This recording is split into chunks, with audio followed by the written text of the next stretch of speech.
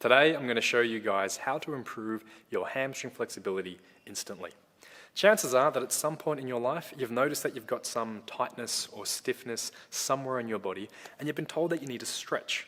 Now, hamstrings are a very common area, but it could be anywhere in your body. But now you've been told you need to find the time in your day to prioritize mobility and spending all this extra time cranking and forcing yourself to get more range of motion. Or maybe do something more structured like yoga or Pilates or some sort of remedial massage or soft tissue release work to make your hamstrings or whatever region it may be looser and more limber. Now, you've probably gone and done that and found that it's helped you for all of about maybe an hour until that feeling of tightness came right back and you found yourself right back at square one.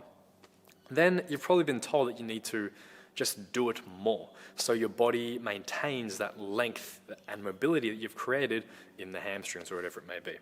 So then you start doing more of it, and eventually you find yourself doing a lot more of these passive stretching and mobility drills instead of actual active training towards your goals. Well, today we're going to change that by looking at a much more efficient and effective way to improve your hamstring flexibility. The most important concept to understand here is that flexibility, range of motion, and that tight feeling you have around certain regions, like your hamstrings, is a lot less about the overall length or elasticity of a muscle, and a lot more about the signals your brain is sending to your muscles to give you that tight feeling, which stops you from extending further than you should be. Now, there's usually very little difference to the actual length of a muscle after any stretching or soft tissue release has been performed. The improved movement that you might notice is more due to your perception or temporary change of sensitivity to the tight signal being sent from your brain. But since there hasn't actually been any meaningful change to your body or muscles, it comes right back pretty soon after, and you'll feel like you've got to stretch or get released all over again. Now, there's a bunch of reasons why your brain might do this, but the most important from a muscle perspective are the tight muscle itself and its antagonists, or opposite muscles, to the tight muscle. So for the hamstrings, the antagonist, or opposite muscle, include both the hip flexor group of muscles and the quads. Hip flexors specifically are easily the most neglected muscle group in the body, which is what we're going to be looking at addressing today. So this is where we get to my favorite exercise for the hip flexors, which is the pike pulse. This is a movement that I got from gymnastics that looks so simple and easy, but is surprisingly challenging. Most people won't be able to get more than 10 reps out with a controlled pace without failing. The setup for this is traditionally done on the floor with your legs out either straight in front of you or in a wide straddle position. Keeping your legs straight, you want to compress through your midsection by flexing your abs down and drawing your belly button in towards your spine. Then, you simply lift your legs up in the air as high as you can go and lower them back down to the ground. For many people, this will cause an intense cramping sensation right down the front of your thigh in a muscle called your rectus femoris, which is one of your hip flexor and quad muscles.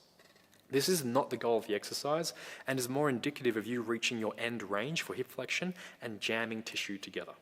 So instead of beating away at this, you should simply sit back into a more reclined or open hip position, which will allow you to take your leg through a greater range of motion without getting that same cramping sensation.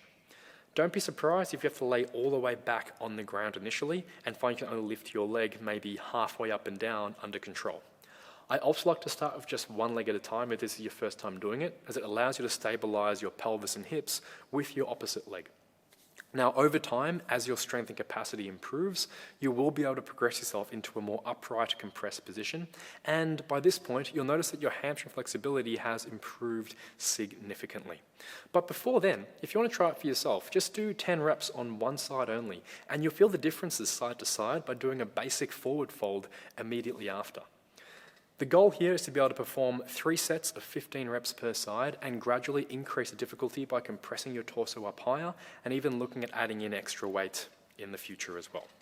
Once you can comfortably do that, it's probably time to start progressing to other hip flexor exercises. And if you want to see how all of this fits into a full program, I incorporate a lot of direct hip flexor work into several of my 12-week programs and accessory primer workouts on Gambaru Method.